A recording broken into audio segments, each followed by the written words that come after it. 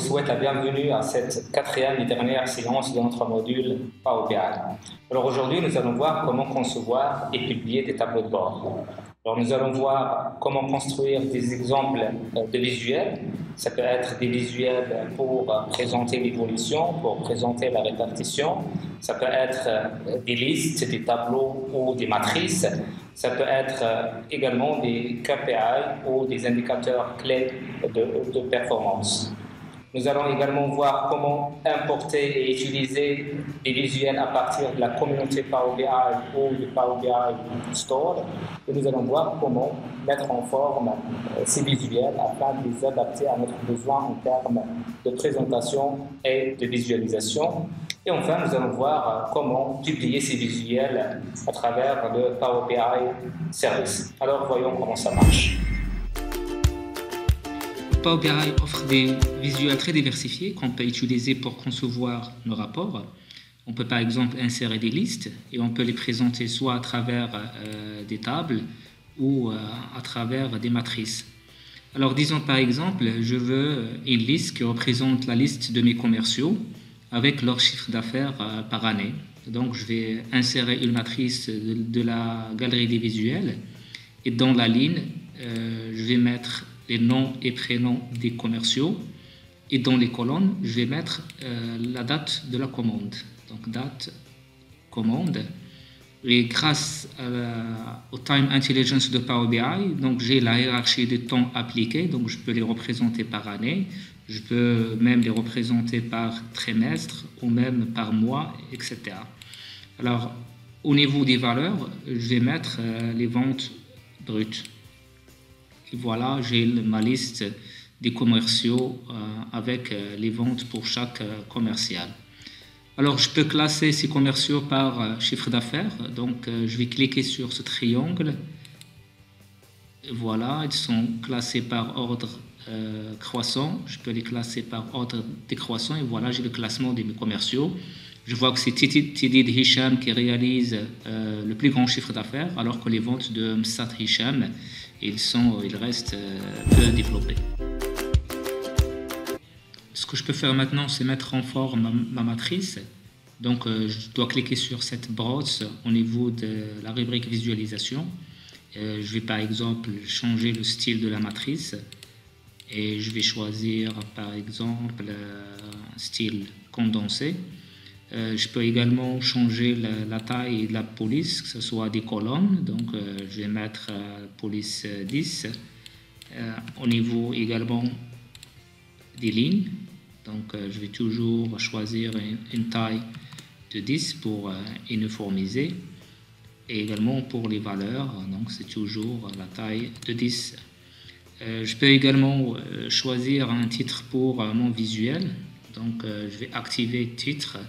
Et je vais mettre par exemple classement des commerciaux que je vais centrer, que je vais donc mettre avec une police de 14 pour que ça soit visible et je vais le faire en une couleur noire.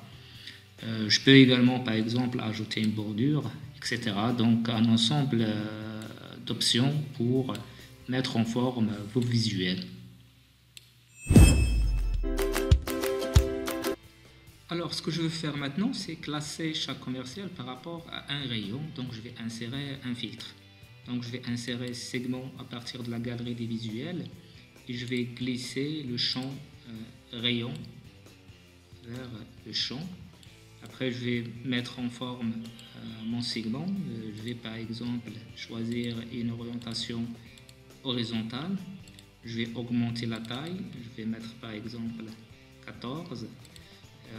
Je vais par exemple changer l'arrière-plan. Je vais mettre un arrière-plan. Je vais changer sa couleur pour une couleur grise et je vais ajouter quand même une bordure.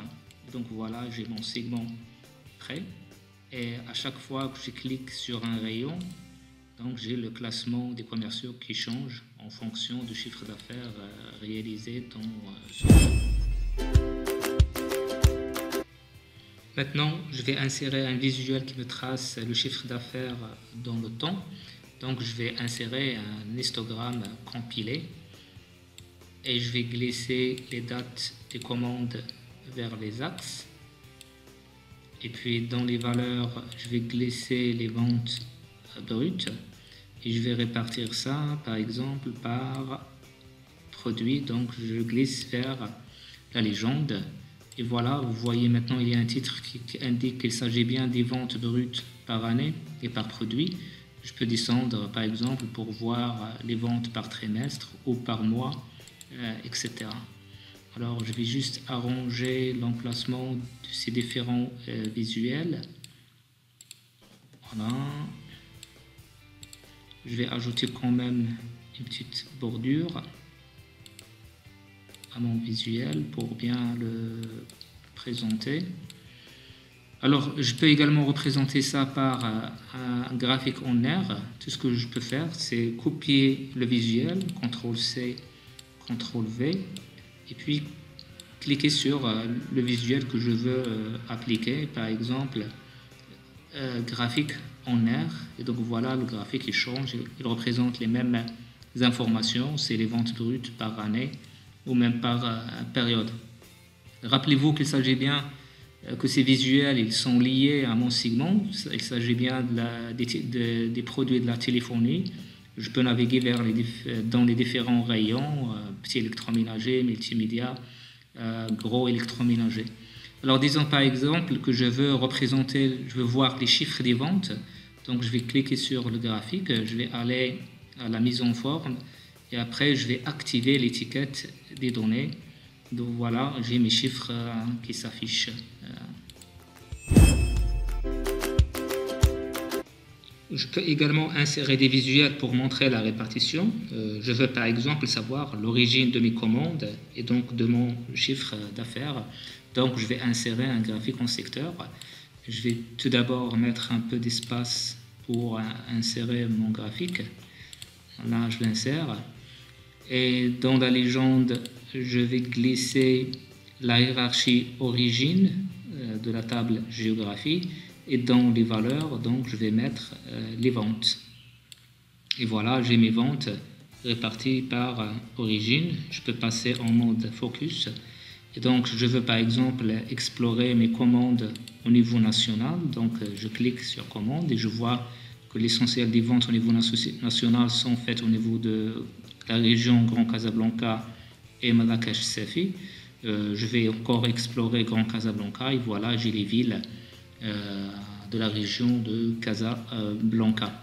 Alors, si je veux par exemple avoir le pourcentage pour chaque ville, donc je vais aller à la mise en forme et puis l'étiquette de données et je vais mettre afficher la catégorie et le pourcentage du total. Et donc voilà, j'ai la catégorie et le pourcentage pour chaque origine.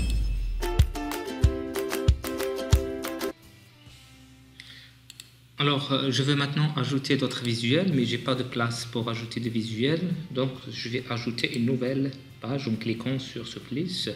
Je peux la renommer. Par exemple, cette page, je vais la nommer KPI parce que je vais y mettre des visuels qui tracent les indicateurs clés de performance.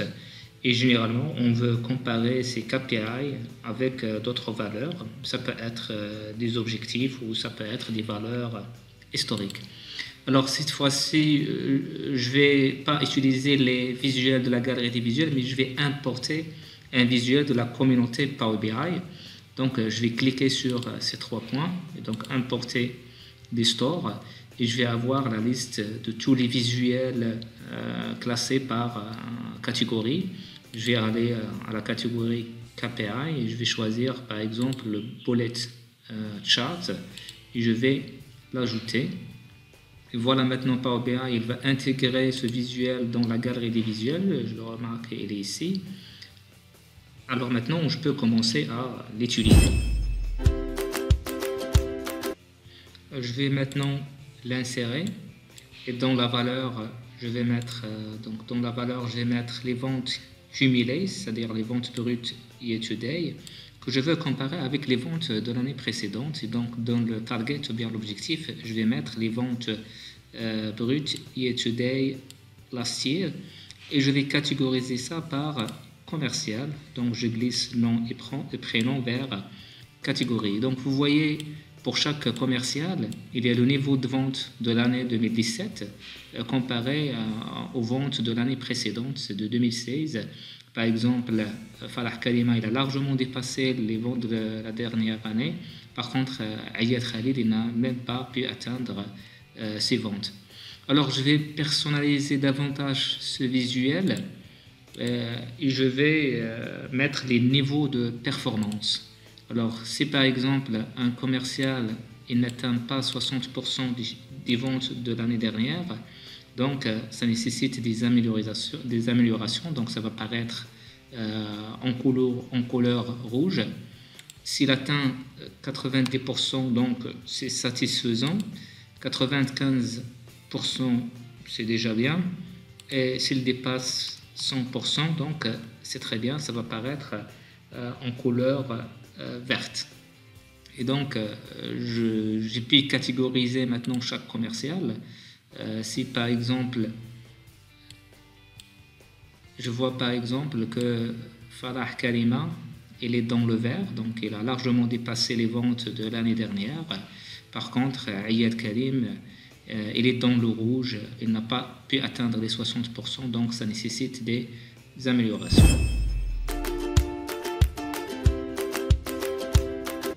Alors maintenant, je vais publier tout ça dans le Power BI Service. Et donc, je clique sur publier. Et après, donc, je vais préciser l'espace de travail, donc mon espace de travail. Et voilà, maintenant, il va publier ce rapport dans le Power BI Service.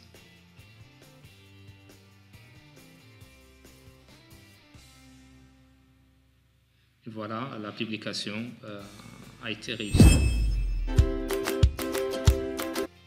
Alors, maintenant, je me connecte à mon compte Power BI Service. Je vérifie dans les rapports. Et voilà, mes transactions ont été bien publiées. Alors, je vais entrer dans ce rapport. Je vais commencer à transférer les visuels vers un tableau de bord. Pour ce faire, donc, je clique sur ce petit icône, épingler un élément visuel. Donc, soit je vais le mettre sur un tableau de bord déjà existant, je vais créer un nouveau tableau de bord. Donc, je vais le mettre dans un tableau de bord que j'ai déjà créé, MOOC Power BI. Je vais mettre les autres visuels, donc la matrice, diagramme en secteur et le diagramme empilé et le graphe en R. Donc voilà, maintenant si je vérifie mon tableau de bord, donc je vois que ces graphes ont été bien publiés dans ce tableau de bord. Alors maintenant je peux partager ce tableau de bord, je clique sur partager. Je vais tout simplement mettre l'adresse email du collègue ou des collègues avec lesquels je veux partager mon tableau de bord. Je peux également les autoriser ou non à partager ce tableau de bord avec d'autres membres, avec d'autres personnes. Et je peux gérer ces accès. Si je clique ici, j'ai toutes les personnes avec lesquelles j'ai déjà partagé le tableau de bord avec les accès qui ont été donnés à ces personnes. Je peux également revenir sur mon rapport. Et il y a beaucoup de fonctionnalités. Je peux par exemple l'imprimer, je peux l'exporter vers PowerPoint ou SharePoint. Je peux le télécharger pour travailler sur le desktop, comme je peux le publier en ligne, donc publier sur le web. Et ça va me donner une adresse web que je peux utiliser, je peux partager, je peux l'incorporer dans mon site internet. Si j'utilise par exemple cette adresse web, donc je vais avoir les différents visuels de mon rapport. Donc ça c'est la deuxième page, je peux naviguer dans les pages, donc c'est le KPI dans la deuxième page. Je peux voir la première page ou les autres pages qui constituent mon rapport. Je peux également actualiser, donc si j'ai actualisé les données sur le desktop, donc je peux cliquer sur actualiser pour les actualiser également sur le Power BI Service et avoir les données mises à jour. Voilà, c'est la fin de ce module. Nous avons appris à utiliser Power BI Desktop et Power BI Service. Nous avons importé les données, nous les avons transformées, nous les avons analysées et puis nous les avons présentées de différentes manières. Dans le module Power BI que nous allons avoir dans le cours, nous allons voir d'autres fonctionnalités plus avancées qui vous permettront d'analyser et d'explorer vos données. À très bientôt.